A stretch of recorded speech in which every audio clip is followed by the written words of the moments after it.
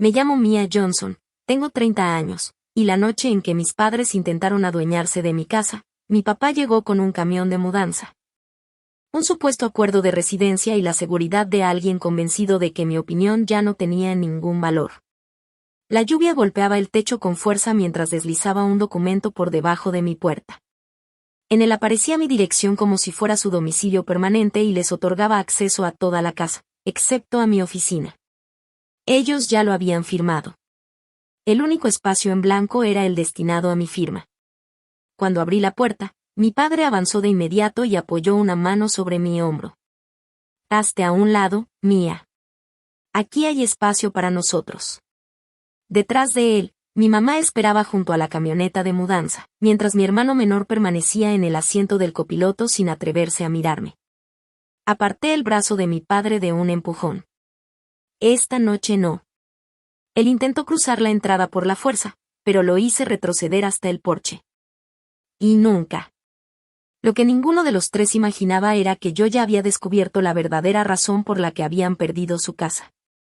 El destino de sus ahorros para el retiro y todas las ocasiones en que habían utilizado mi información en secreto para borrar los errores de Jason. Creían que el peor escenario era que les negara un lugar donde vivir. No tenían idea de lo que estaba por venir. Antes de que terminara la semana, uno de ellos me culparía de destruir a la familia. Otro me suplicaría que ocultara pruebas. Y mi hermano, por primera vez después de 15 rescates, tendría que enfrentar las consecuencias sin que nadie saliera a salvarlo.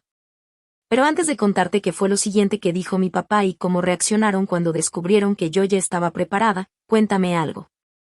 ¿Qué hora es en el lugar desde donde me estás viendo y desde qué ciudad o país sigues esta historia? Me encantaría saber hasta dónde ha llegado. Todo comenzó 3 días antes de que apareciera la camioneta de mudanza. Mi mamá me llamó mientras trabajaba desde la oficina de mi casa. Ni siquiera preguntó cómo estaba. Fue directo al punto. Tu papá y yo quizá tengamos que quedarnos contigo unas semanas. Mis padres habían vivido durante 27 años en una casa de 4 habitaciones a las afueras de Colorado Springs. La hipoteca estaba prácticamente liquidada. Además, contaban con ahorros para el retiro, una pensión y una propiedad en renta que habían heredado de mi abuela. No eran personas que, en teoría, necesitaran instalarse en el cuarto de invitados de su hija. ¿Qué pasó?, pregunté. Del otro lado de la línea hubo un largo silencio. Finalmente respondió. Estamos haciendo una reestructuración. Esa palabra me bastó para saber que estaba escondiendo algo. Mi mamá siempre encontraba la forma de maquillar los problemas de Jason. Si lo arrestaban, decía que había sido un malentendido. Si un negocio quebraba, lo llamaba una experiencia de aprendizaje. Si dejaba de pagar sus deudas, aseguraba que solo atravesaba un problema temporal de flujo de efectivo. ¿Jason tiene algo que ver con esto? No saques conclusiones apresuradas. Esa respuesta confirmó todas mis sospechas.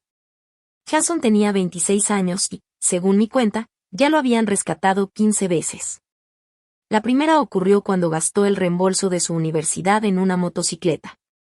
Después vinieron rentas sin pagar, pérdidas en apuestas disfrazadas de inversiones, un automóvil de lujo, 2 restaurantes que fracasaron, 3 préstamos para negocios, multas fiscales y hasta una demanda presentada por un antiguo socio.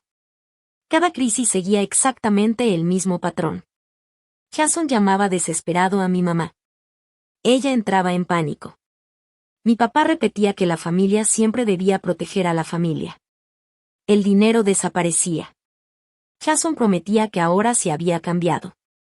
Y, unos meses después, regresaba con un problema todavía más grande. Después del 7º rescate dejé de darles dinero. En aquella ocasión les entregué $18,000 para evitar que desalojaran a Jason, solo para descubrir después que había usado parte de ese dinero para irse de vacaciones a esquiar. Cuando me negué a ayudar otra vez, mi papá me llamó egoísta y cruel. Mi mamá insistía en que Jason solo necesitaba un poco de apoyo para salir adelante, mientras él le contaba a toda la familia que yo me había vuelto arrogante desde que compré mi propia casa. Pero la realidad era mucho más sencilla. Cada dólar que le daba solo servía para financiar una nueva excusa. Durante esa llamada le pregunté directamente a mi mamá si ya habían vendido su casa. Ella evitó responder y solo dijo que me explicarían todo cuando nos viéramos en persona. Después añadió algo que me hizo encender todas las alarmas. Tienes 3 habitaciones, Mía. No es como si estuvieras usando todo ese espacio. Miré alrededor de la casa que había conseguido después de años trabajando en 2 empleos y renunciando a vacaciones para ahorrar. Una habitación era mi oficina, otra estaba llena del equipo de mi negocio de consultoría y la tercera era para visitas. Que hubiera una cama disponible no significaba que alguien tuviera derecho a instalarse ahí. Les respondí con firmeza que nadie se mudaría a mi casa. Mi mamá insistió en que no decidiera antes de conocer toda la historia, pero cuando le pedí que me la contara en ese momento, simplemente se negó. Esa misma noche entré al registro público de propiedades del condado para revisar qué estaba pasando. Descubrí que la casa de mis padres había sido vendida 12 días antes. También aparecía un segundo gravamen registrado antes de la venta y un aviso relacionado con un prestamista privado. Para completar el panorama, la propiedad que rentaban y que habían heredado de mi abuela también había cambiado de dueño. Todo era mucho más grave de lo que habían querido admitir. Llamé a mi amiga Priya, quien trabajaba en cumplimiento financiero. Me pidió que no sacara conclusiones apresuradas, pero me recomendó congelar mi historial crediticio de inmediato. Cuando revisé mi reporte encontré 3 solicitudes recientes hechas por prestamistas con los que jamás había tenido contacto. Ninguna había terminado en un préstamo aprobado, pero alguien se había utilizado mis datos personales. Lo más inquietante fue descubrir que todas esas solicitudes estaban vinculadas a una empresa registrada a nombre de Jason. Sin perder tiempo activé alertas por posible fraude, cambié las contraseñas de mis cuentas bancarias y me puse en contacto con un abogado. Después revisé mis correos electrónicos y encontré un mensaje de 6 meses atrás en el que mi mamá me había pedido una copia de mi licencia de conducir. En aquel momento aseguró que la necesitaba para actualizar un seguro familiar, así que se la envié sin sospechar nada. Ahora todo cobraba sentido. Mis padres no solo buscaban un lugar donde quedarse, habían perdido prácticamente todo lo que tenían y, además, alguien había intentado usar mi identidad para seguir consiguiendo dinero. A la mañana siguiente recibí un mensaje de mi papá: llegaremos el viernes. Cuando estemos ahí hablaremos de los arreglos. Le respondí de inmediato: no hay ningún arreglo. No traigan sus cosas. Su contestación fue tajante: no vas a dejar a tus padres en la calle. No era una petición, era una orden. Seguía convencido de que ser mi padre le daba autoridad sobre todo lo que yo había construido con mi esfuerzo. Reenvié la conversación a mi abogado, instalé una cámara adicional sobre el garaje y cambié el código de acceso de la entrada lateral. También tomé una decisión que cambiaría todo. No iba a perder tiempo discutiendo si era o no una buena hija. Lo único que me interesaba era que explicaran, con pruebas, qué había pasado con cada dólar que habían tenido. El viernes llegaron exactamente a las 7:18 de la noche, justo cuando la lluvia caía con más fuerza que en cualquier otro momento de la semana. La camioneta de mudanza se estacionó atravesada frente a la entrada, bloqueando por completo mi automóvil dentro del garaje. Mi papá fue el primero en bajar. Mi mamá salió detrás de él sujetando una carpeta escondida bajo su abrigo. Jason permaneció dentro de la cabina, con la mirada fija en su teléfono, como si no quisiera involucrarse. Mi padre sacó 2 maletas, caminó decidido hacia el porche y, en lugar de tocar el timbre, actuó como si aquella casa ya le perteneciera. Mi papá intentó abrir la puerta girando la perilla y, al no conseguirlo, probó el antiguo código del teclado de seguridad. Después de 3 intentos fallidos, golpeó la puerta con fuerza. «Y Mía, abre de una vez». Yo respondí desde el intercomunicador con total calma: muevan la camioneta y váyanse. Mi mamá se acercó a la cámara de seguridad y dijo con tono suplicante: manejamos 3 horas para llegar hasta aquí. Déjanos entrar y hablemos. Pero mi respuesta no cambió. Les dije que no vinieran. Entonces mi papá levantó la carpeta que llevaba en las manos. Tenemos un acuerdo por escrito. No hace falta convertir esto en un drama. Resultaba increíble. Habían llegado con una camioneta de mudanza a una casa que no les pertenecía y además traían un contrato que yo jamás había visto, pero según ellos la exagerada era yo. Les pedí que deslizaran el documento por la ranura del correo. Mi padre obedeció y empujó las hojas por debajo de la puerta. En la portada podía leerse: Acuerdo familiar de residencia y contribución a la propiedad. Según ese documento, mis padres vivirían en mi casa por tiempo indefinido y aportarían dinero únicamente cuando su situación económica se los permitiera. Mientras tanto, yo sería responsable de pagar los servicios, los impuestos, el seguro y todo el mantenimiento de la vivienda. Ellos tendrían acceso a la cocina, el garaje, el cuarto de lavado y 2 habitaciones de la planta alta. Incluso había una cláusula que describía su estancia como permanente y establecía que, si algún día yo decidía vender la propiedad, tendría que reembolsarles cualquier mejora que hicieran en la casa. Mi abogado ya me había advertido sobre este tipo de contratos, redactados para crear futuras reclamaciones legales. A simple vista, ese documento parecía diseñado exactamente para eso. Abrí la puerta, pero mantuve puesta la barra de seguridad. Miré a mi padre y pregunté con firmeza: ¿quién redactó esto? En lugar de responder, empujó la puerta con el hombro. Hazte a un lado, Mía. Aquí hay espacio para nosotros. El golpe me hizo retroceder. Solté la barra, salí al porche y aparté su brazo de un empujón. Esta noche no. Él volvió a avanzar hacia mí. Lo miré directamente a los ojos y añadí: ni esta noche, ni nunca. En ese momento Jason por fin bajó de la camioneta. Llevaba una chamarra de diseñador y el modelo más reciente de teléfono celular. No parecía la imagen de alguien cuya irresponsabilidad había acabado con el patrimonio de nuestros padres. Se veía demasiado cómodo para la gravedad de la situación. Con fastidio dijo: ¿ya pueden dejar de actuar como si todos estuvieran locos? Solo necesitamos un lugar donde quedarnos mientras arreglamos esto. Lo miré fijamente. ¿Arreglar qué exactamente? Él respondió: lo del negocio. ¿Qué negocio? Jason evitó dar detalles. No lo entenderías. Sin decir una palabra más, tomé otra carpeta que había dejado preparada sobre la mesa de la entrada. La abrí y pregunté: ¿te refieres a Alpine Meridian Holdings, la empresa que presentó solicitudes de préstamo usando mi número de seguro social? El color desapareció de su rostro. Mi mamá se sostuvo del barandal para no perder el equilibrio, mientras mi papá volteaba a ver primero a Jason y luego a mí. Con voz baja dijo: habla más despacio. Lo miré con incredulidad. ¿Te preocupa que los vecinos escuchen o que descubran que esto no es una visita familiar cualquiera? Jason dio un paso al frente. Yo nunca saqué ningún préstamo a tu nombre. Tal vez no, respondí, pero sí hubo 3 solicitudes de crédito. Uno de los prestamistas registró la dirección IP y el correo electrónico desde donde se enviaron. Ese correo pertenece a tu empresa. Jason desvió la mirada, buscando desesperadamente alguna explicación que pudiera sostener. Entonces mi papá intervino. Al final no aprobaron nada. No hubo ningún daño. Esa sola frase confirmó lo que yo necesitaba saber. ¿Entonces ya sabías que había usado mi información? Mi mamá rompió en llanto. Estábamos desesperados, confesó entre lágrimas. El prestamista pedía un aval con mejor historial crediticio. Jason creyó que podía ponerte como garante de manera temporal y después quitar tu nombre. La observé en silencio durante unos segundos antes de hacer la pregunta que ya conocía la respuesta.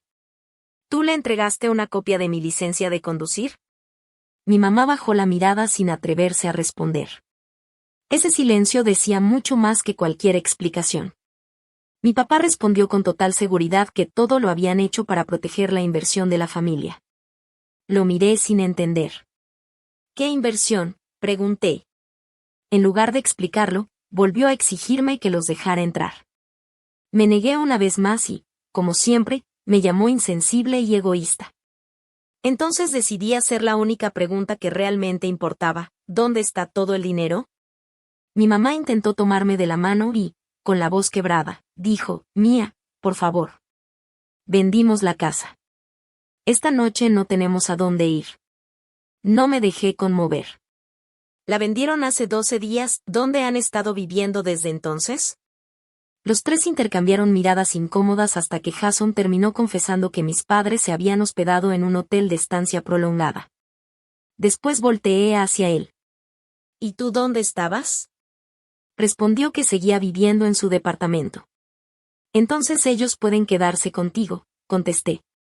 Jason bajó la mirada. Mi contrato de renta no permite huéspedes por mucho tiempo. Lo interrumpí de inmediato.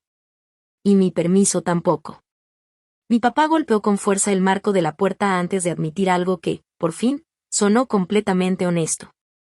No pueden quedarse con Jason porque su departamento está comprometido como garantía. Esa frase explicó más que todas las excusas anteriores. ¿De cuánto estamos hablando?, pregunté. Mi mamá abrió la carpeta y sacó una hoja de cálculo. En la parte inferior aparecía una cifra que me dejó helada, $580,000. Ahí estaban desglosados los ahorros para el retiro, penalizaciones financieras, el dinero obtenido por la venta de la propiedad en renta, un préstamo sobre el valor de su antigua casa y casi todo lo que habían recibido al venderla. Cada centavo había terminado cubriendo las empresas fallidas de Jason, sus deudas y distintos acuerdos legales. Mi padre señaló mi casa con toda naturalidad. Esta propiedad tiene suficiente capital para estabilizar la situación. Lo miré fijamente. Mi casa no forma parte de sus problemas. Sin inmutarse, respondió, podrías refinanciarla. Con tu excelente historial crediticio podríamos reunir todas las deudas en un solo préstamo, rescatar la empresa de Jason y proteger a toda la familia. Ahí entendí sus verdaderas intenciones. Nunca habían venido únicamente por un techo. Habían venido por el valor acumulado de mi casa. Retrocedí y traté de cerrar la puerta, pero mi padre metió la mano antes de que pudiera asegurarla. Lo advertí con firmeza, quita la mano o voy a llamar a la policía. Él me miró indignado. ¿De verdad llamarías a la policía contra tu propio padre? Mi respuesta fue inmediata. No estoy llamando por mi padre. Estoy llamando porque un hombre intenta impedir que cierre la puerta de mi casa después de tratar de entrar sin permiso. El parentesco no cambia los hechos. Finalmente retiró la mano. A través del cristal vi cómo la incredulidad se apoderaba de su rostro. Durante toda mi vida había utilizado la autoridad y la culpa para conseguir lo que quería. Cuando tenía 12 años tomó el dinero que había ganado cuidando niños porque Jason había roto la ventana de un vecino. A los 17 renuncié a un viaje escolar para ayudar a pagarle clases particulares. A los 24 pospuse independizarme para contribuir con la renta de su departamento. Siempre me aseguraban que el sacrificio sería temporal, pero cada concesión solo les enseñaba que podían volver a presionarme. Volví a abrir la puerta únicamente después de asegurar la cadena de seguridad y coloqué mi teléfono en un lugar donde la cámara pudiera grabarlo todo. Tienen 5 minutos para responder mis preguntas. Mi mamá, nerviosa, dijo, por favor, no nos grabes. Sin mover el teléfono respondí, esta es mi propiedad y la grabación se queda. Jason aprovechó para regresar hacia la camioneta, pero lo detuve antes de que se alejara. No tan rápido. Viniste por el valor de mi casa. Ahora explícame por qué. Jason se apoyó en el barandal mientras yo volvía a mirar la hoja de cálculo. Quería saber exactamente en qué se habían gastado los $580,000. Mi padre comenzó a hablar sobre oportunidades de negocio y malas condiciones del mercado, pero lo interrumpí enseguida. No quiero discursos. Quiero fechas y cantidades. Mi mamá respiró hondo y empezó a leer el documento. $48,000 se habían destinado a pagar las deudas fiscales de Jason. $72,000 sirvieron para resolver la demanda relacionada con su primer restaurante. $95,000 desaparecieron en una aplicación de reparto que jamás llegó a lanzarse. Después vinieron $110,000 utilizados para liquidar préstamos privados que había obtenido respaldándolos con proyecciones de ingresos completamente falsas. Y esa lista apenas estaba comenzando. El resto del dinero simplemente se fue entre intereses, honorarios legales, pagos de vehículos y la última idea de Jason.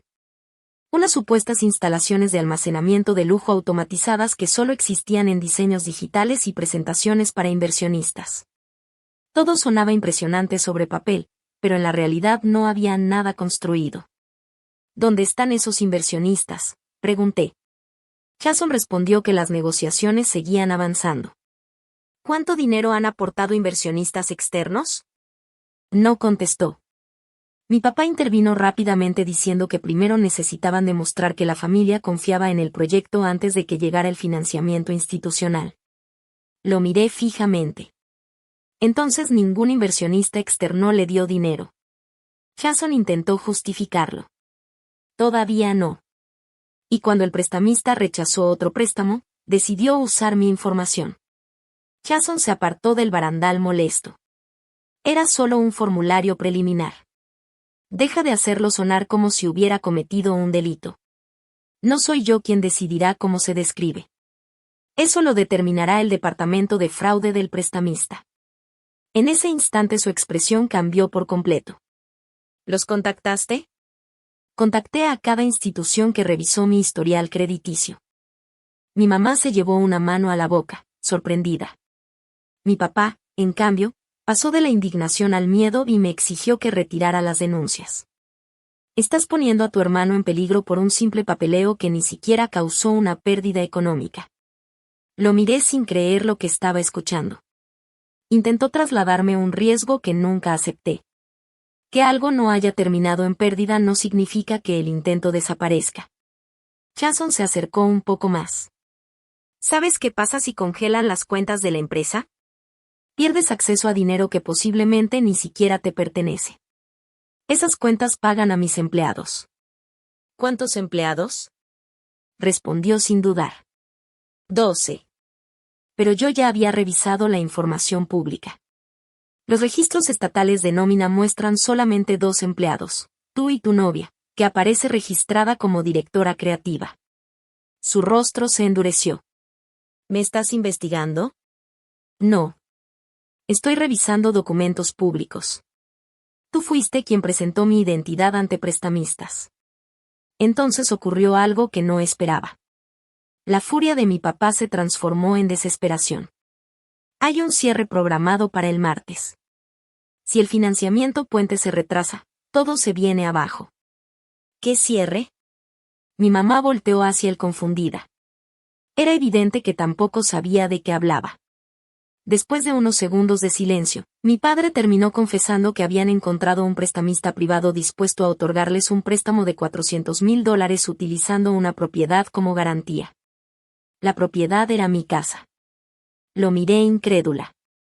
No pueden ofrecer una propiedad que no les pertenece. El prestamista sabe que el título está a tu nombre.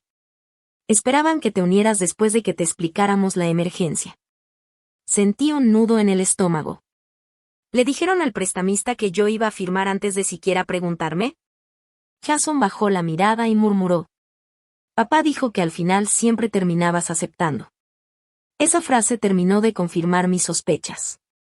No habían confundido mi silencio con aprobación. Nunca pensaron que tenían mi permiso. Habían calculado que la presión, la culpa y llegar hasta mi puerta fingiendo que no tenían otra opción me obligarían a ceder. Esta misma noche el prestamista recibirá una notificación escrita confirmando que jamás autoricé ese acuerdo. El rostro de mi padre perdió color. Vas a destruirnos. Lo miré con calma. No. Estoy evitando que me destruyan a mí también. Mi mamá apretó la carpeta contra su pecho. Entonces dime, ¿a dónde se supone que vamos a ir? Vendieron la casa. Recibieron dinero. Úsenlo para conseguir un lugar donde vivir. Ella dudó antes de admitirlo. Solo quedan $32,000. Mi padre respondió rápidamente. Ese dinero está reservado para los costos del cierre del martes. Lo miré directamente. No habrá ningún cierre el martes. Él dio un paso adelante, molesto. Tú no decides eso por la familia. Mi respuesta fue inmediata. Yo decido lo que sucede con mi nombre y con mi casa. Señaló hacia las escaleras del interior. Esa casa es demasiado grande para una sola persona. Tu mamá y yo te ayudamos a llegar hasta donde estás. Solté una pequeña risa de incredulidad. Me dieron $2,000 después de graduarme. Él abrió la boca para responder, pero lo interrumpí. Y te los devolví 4 meses después. Nosotros te criamos, me dijo mi papá con tono de reproche. Era tu responsabilidad, no un adelanto para quedarnos con tu propiedad. Lo miré fijamente antes de responderle. Criar a un hijo no significa convertirlo en un recurso de emergencia cuando los padres tienen problemas. Él parecía no entender cómo podía negarme. Entonces, ¿cuál es el propósito de criar hijos exitosos si cuando los padres los necesitan se niegan a ayudar?, preguntó.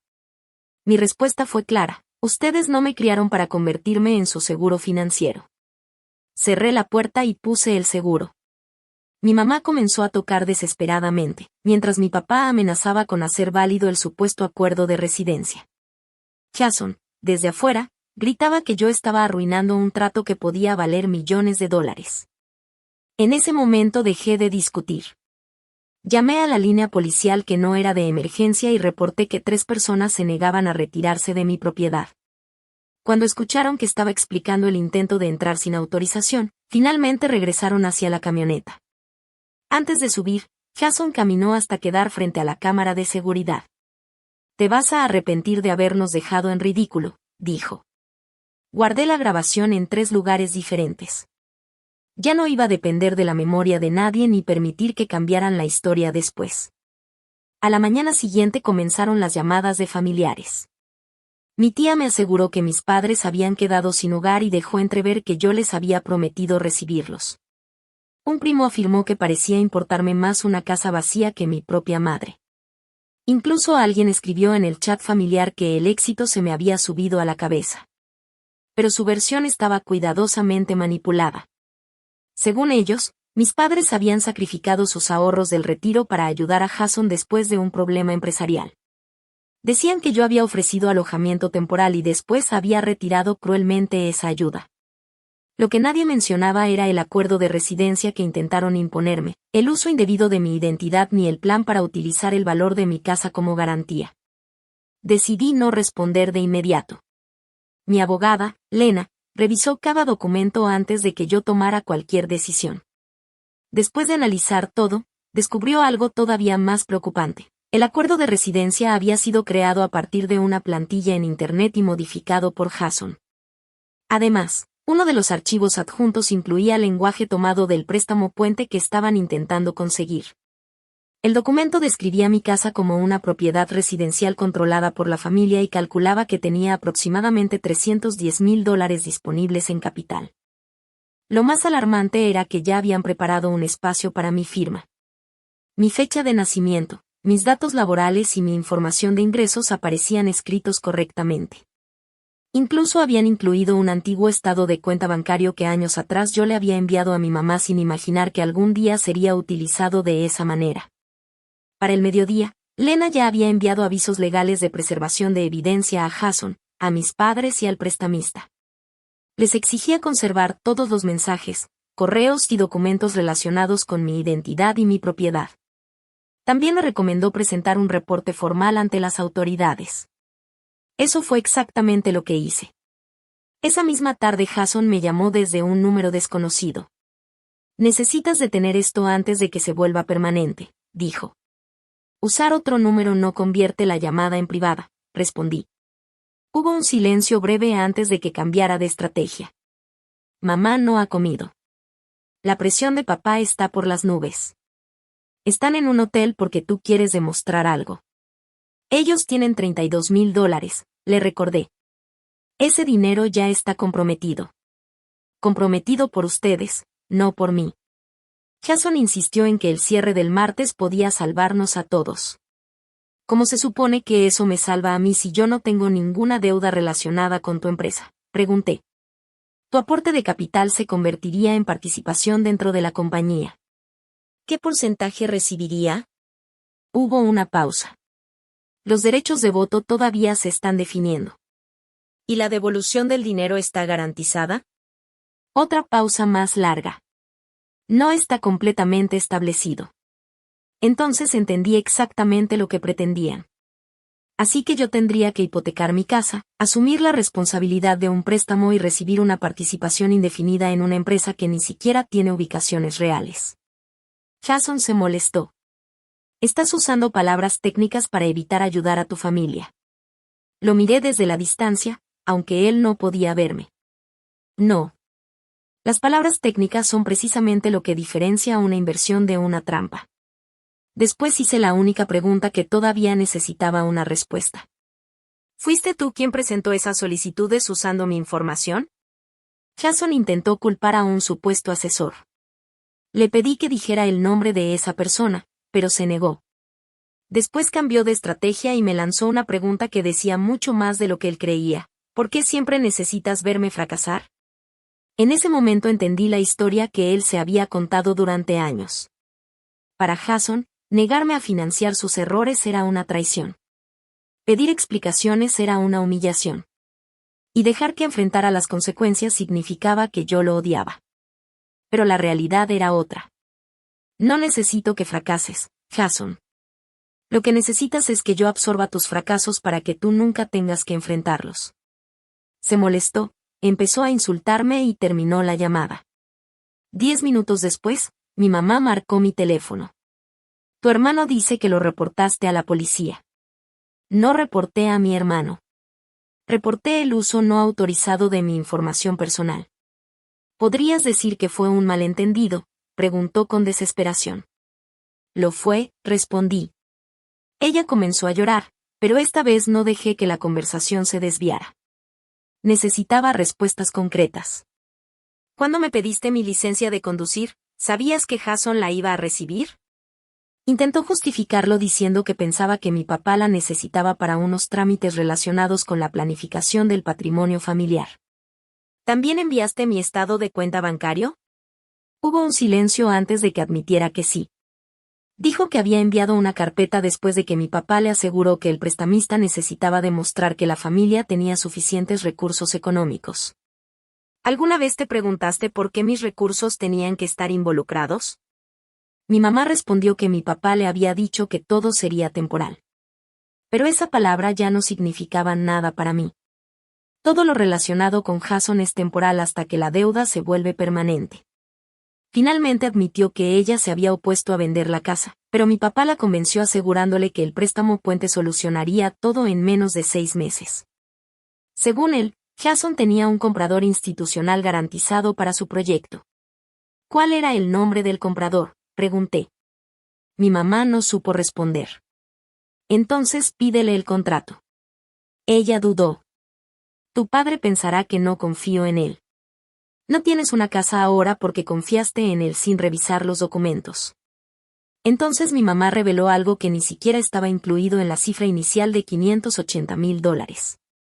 Mi papá había firmado una garantía personal por otros $90,000. Eso significaba que la verdadera exposición financiera no era de $580,000, sino de aproximadamente $670,000. Todavía no hemos perdido todo, intentó decir. La diferencia es que ya no tienen suficientes bienes para cubrirlo, respondí.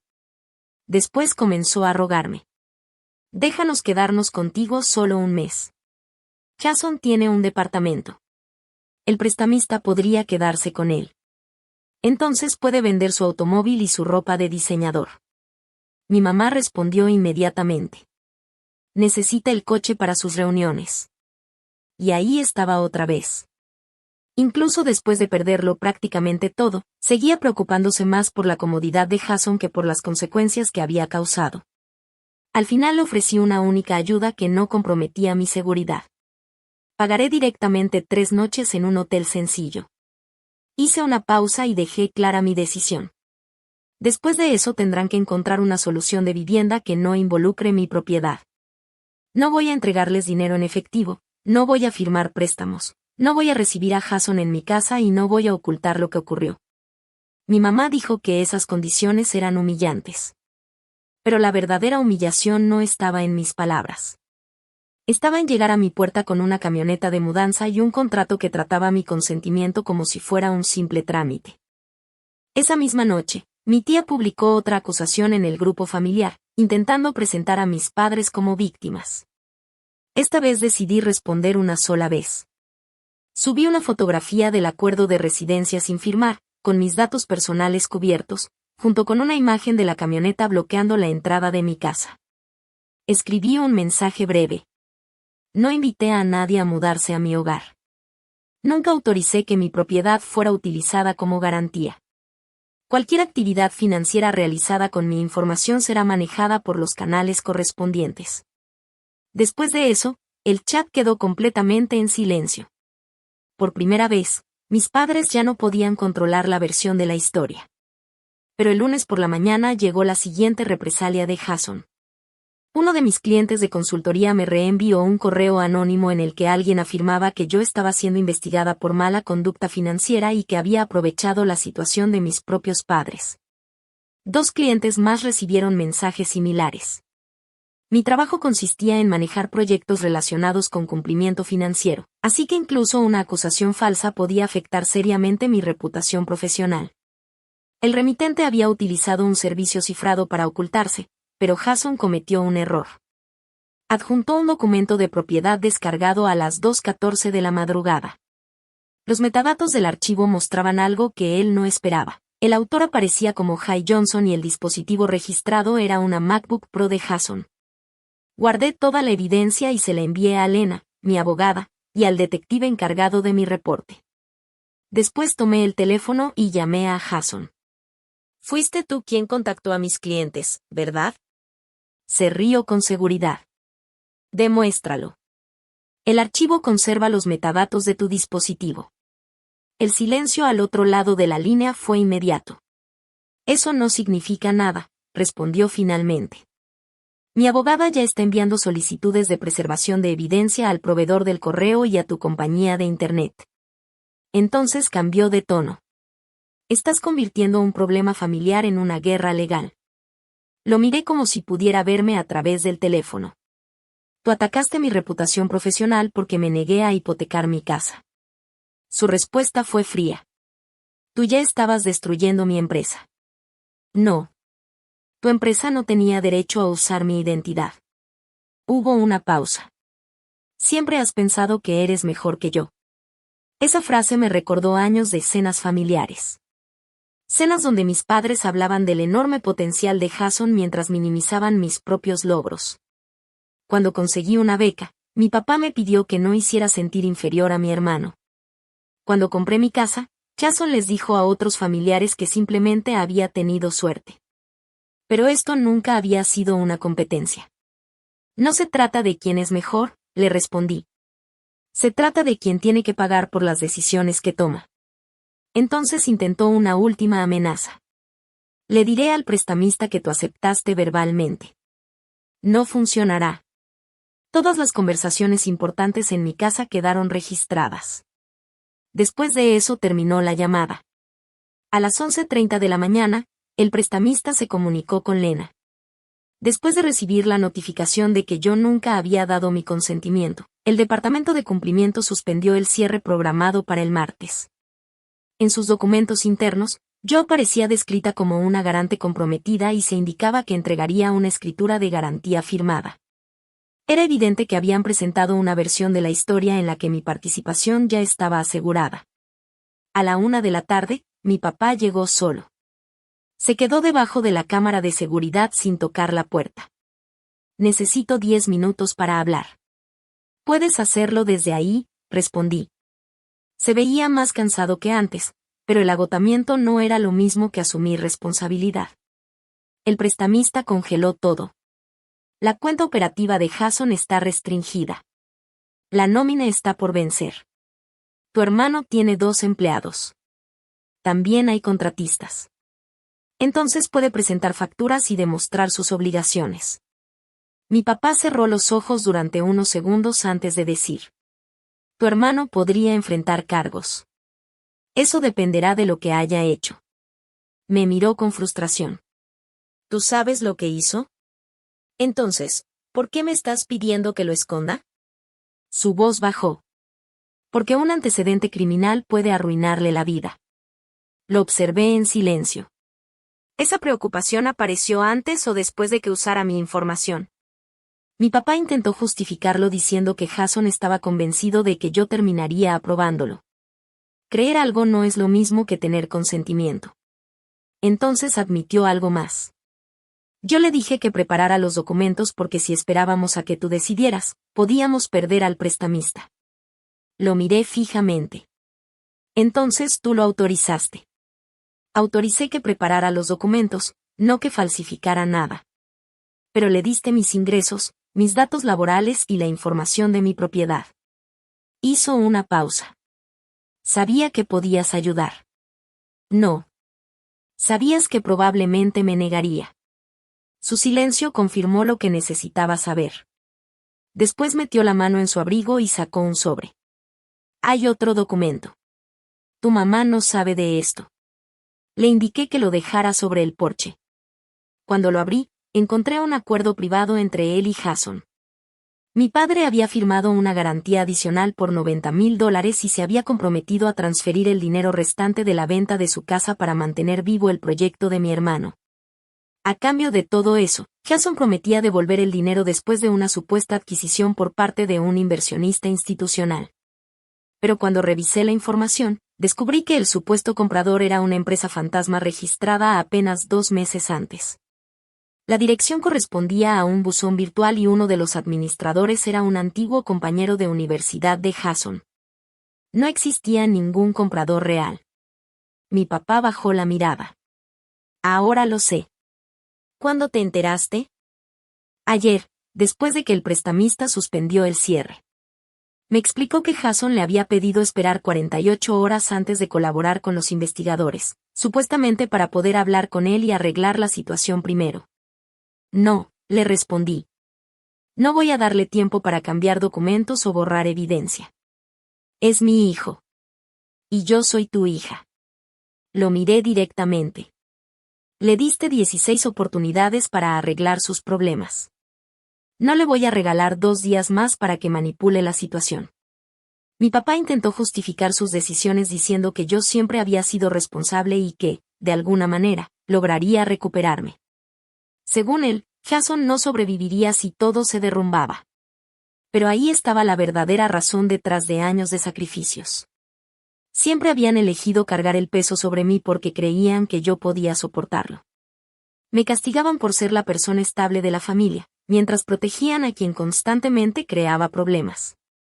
Siempre terminan quitándole a quien se prepara, porque la persona que se niega a prepararse parece estar más desesperada. Y después llaman a eso amor. Mi papá dijo que me faltaba compasión. Compasión es pagar 3 noches de hotel para ayudarlos a tener tiempo de organizarse. Lo que ustedes querían era entregarse la escritura de mi casa y llamarlo apoyo familiar. Entonces, ¿qué se supone que debemos hacer?, preguntó. La respuesta es sencilla. Vender el automóvil de Jason. Cancelar ese cierre falso. Reportar los documentos falsificados. Buscar trabajo. Encontrar una vivienda que puedan pagar. Y dejar de creer que un préstamo más va a solucionar todos sus problemas. Mi papá negó con la cabeza. Eso destruiría públicamente a Jason. Lo miré sin dudar. Entonces Jason no debió crear una situación que necesitara salir a la luz. Antes de irse, mi papá se detuvo y lanzó una última frase. Cuando esta familia se destruya, recuerda que tú elegiste la ley sobre nosotros. Negué con la cabeza. No.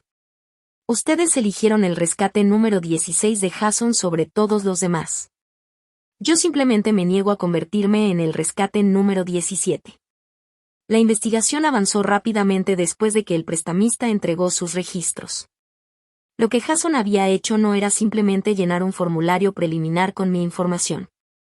Había presentado una declaración financiera donde afirmaba que yo había aceptado garantizar el préstamo. Incluso había incluido una confirmación electrónica creada desde un correo diseñado para parecerse al mío, cambiando solamente una letra para hacerlo pasar por auténtico. El expediente también contenía reportes de ingresos falsificados, compromisos de inversión inventados y una evaluación de mi casa que había sido solicitada sin mi conocimiento. Mi papá había proporcionado algunos datos, pero fue Jason quien armó y presentó el paquete completo. Mi mamá había entregado documentos sin comprender exactamente cómo serían utilizados. Eso no eliminaba su responsabilidad, pero sí mostraba que cada uno había tenido un nivel diferente de participación. Lena me explicó algo importante. Tenía que separar las emociones de los aspectos legales. A nivel personal, algún día decidiría si quería reconstruir una relación con mis padres o no. pero legalmente, tenía que protegerme de inmediato.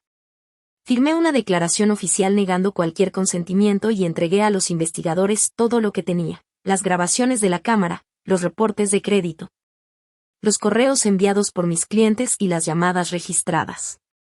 Las cuentas empresariales de Jason fueron congeladas. Su automóvil de lujo fue recuperado por el prestamista después de descubrir que había presentado información falsa sobre los ingresos del negocio.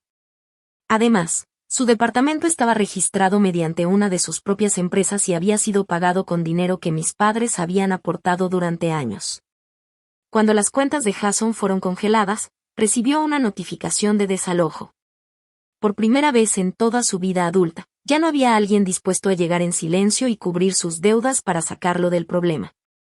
Mi papá comenzó a buscar ayuda entre los familiares, pero para ese momento los documentos y la verdad ya habían circulado por la familia. Las mismas personas que me habían llamado egoísta y sin corazón no ofrecieron sus ahorros ni abrieron las puertas de sus casas. En lugar de eso, enviaron mensajes de apoyo, recomendaron moteles económicos y de repente se convirtieron en expertos hablando sobre responsabilidad personal. Incluso mi tía, la misma que me había acusado de abandonar a mis padres, les ofreció quedarse 2 semanas en su sótano. Pero había una condición: debían firmar un acuerdo como huéspedes. Mi papá se negó porque consideró las reglas ofensivas. No dije nada sobre la ironía de la situación. Mi mamá consiguió rentar una habitación amueblada a través de una antigua compañera de trabajo y comenzó a buscar empleos administrativos. Mi papá se instaló en un motel de estancia prolongada y vendió su camioneta. Por primera vez en muchos años, dejaron de vivir bajo el mismo techo.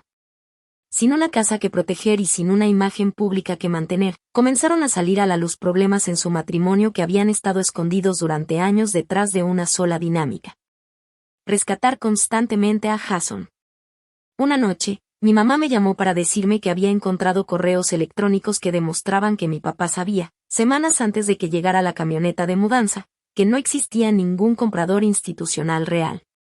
Él había notado varias inconsistencias, pero decidió convencerse de que el préstamo puente le daría a Jason suficiente tiempo para convertir esa supuesta adquisición en algo verdadero. ¿Él lo sabía?, pregunté. Él sospechaba.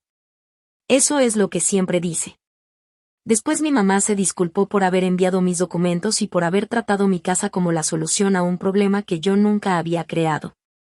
La escuché, pero no corrí a perdonarla. Una disculpa no reconstruye la confianza, le dije. Sé que tu papá te engañó, pero eso no explica por qué llegaron con sus maletas después de que yo había dicho que no. Ella admitió algo que, aunque doloroso, fue importante escuchar. Pensé que cambiarías de opinión al vernos afuera de tu puerta. Esa sinceridad significó más que cualquier lágrima. Mi mamá quizá no había creado el fraude, pero sí había participado en la presión emocional que intentaron ejercer sobre mí. Decidí limitar nuestra relación. Solo hablaríamos una vez por semana. No podía visitar mi casa, pedirme dinero ni intentar convencerme de intervenir por Jason. Ella aceptó esas condiciones. Mi papá, en cambio, no estuvo dispuesto a hacerlo. Me envió una carta de 4 páginas acusándome de haberlo humillado y de haber abandonado los valores familiares. El último párrafo decía que él estaría dispuesto a perdonarme si retiraba mis declaraciones y ayudaba a negociar una solución civilizada para Jason. Guardé la carta dentro de mi expediente legal y nunca respondí. Con el tiempo, Jason aceptó un acuerdo legal que incluía la obligación de devolver dinero, supervisión financiera y restricciones para administrar fondos de inversión. Su empresa terminó cerrando. Las famosas instalaciones de almacenamiento de lujo que prometía construir nunca existieron más allá de los diseños. Y aquel supuesto comprador institucional jamás apareció porque nunca había sido real. Mis padres recuperaron muy poco de los $580,000 que habían perdido.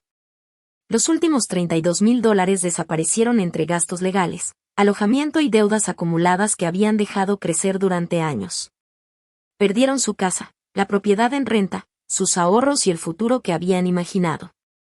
Pero esas consecuencias no fueron mi venganza. Fueron el resultado de sus propias decisiones. Mi verdadera victoria fue mucho más silenciosa y definitiva. Conservé lo único que ellos habían decidido que podían tomar cuando quisieran. Conservé mi casa. Conservé mi historial crediticio. Conservé mi negocio. 6 meses después de aquella noche de la camioneta de mudanza, convertí el cuarto de invitados en una biblioteca y un pequeño estudio de grabación. Mi papá había señalado esa habitación como si fuera una prueba de que yo tenía la obligación de entregársela. Pero cada estante nuevo me recordaba algo importante. Un espacio vacío sigue perteneciendo a su dueño. Durante la remodelación encontré el acuerdo de residencia guardado dentro de mi caja de documentos legales. Las firmas de ellos seguían al final de la hoja, completas y llenas de seguridad, mientras que el espacio preparado para mi firma permanecía en blanco. Solo enmarqué esa parte vacía y la coloqué dentro del closet de mi oficina. No era un trofeo. Era un recordatorio. A veces una firma que decides no poner en el momento correcto puede proteger toda una vida. Mi papá alguna vez me dijo que la familia se rompería porque yo había elegido la ley sobre ellos. Pero estaba equivocado. La familia ya llevaba años rompiéndose, una oportunidad de rescate tras otra. Yo simplemente fui la primera persona que dejó de fingir que esas grietas eran una muestra de amor. Ellos creyeron que podían quedarse con mi casa porque ya habían gastado todo lo demás. Pensaron que llegar bajo la lluvia convertiría su emergencia en mi responsabilidad. Creyeron que la culpa abriría una puerta que ni siquiera pudieron abrir con el código de seguridad. Pero mi respuesta nunca fue temporal, emocional ni negociable. No fue esta noche no pensando en cambiar de opinión después. Fue no el próximo mes. No después de otra disculpa creada únicamente para evitar consecuencias. No después de otra promesa vacía. Nunca. Agradecemos sinceramente a cada persona que acompaña y apoya nuestras historias. Todo el contenido de este video es ficticio y creado únicamente con fines de entretenimiento, reflexión y dramatización. Esperamos que esta historia recuerde algo importante. Cuando alguien minimiza tu dolor constantemente, también puede estar demostrando por qué ya no debería tener acceso a tus límites y a tu vulnerabilidad. Tu confianza merece estar en manos de personas que la cuiden y la respeten.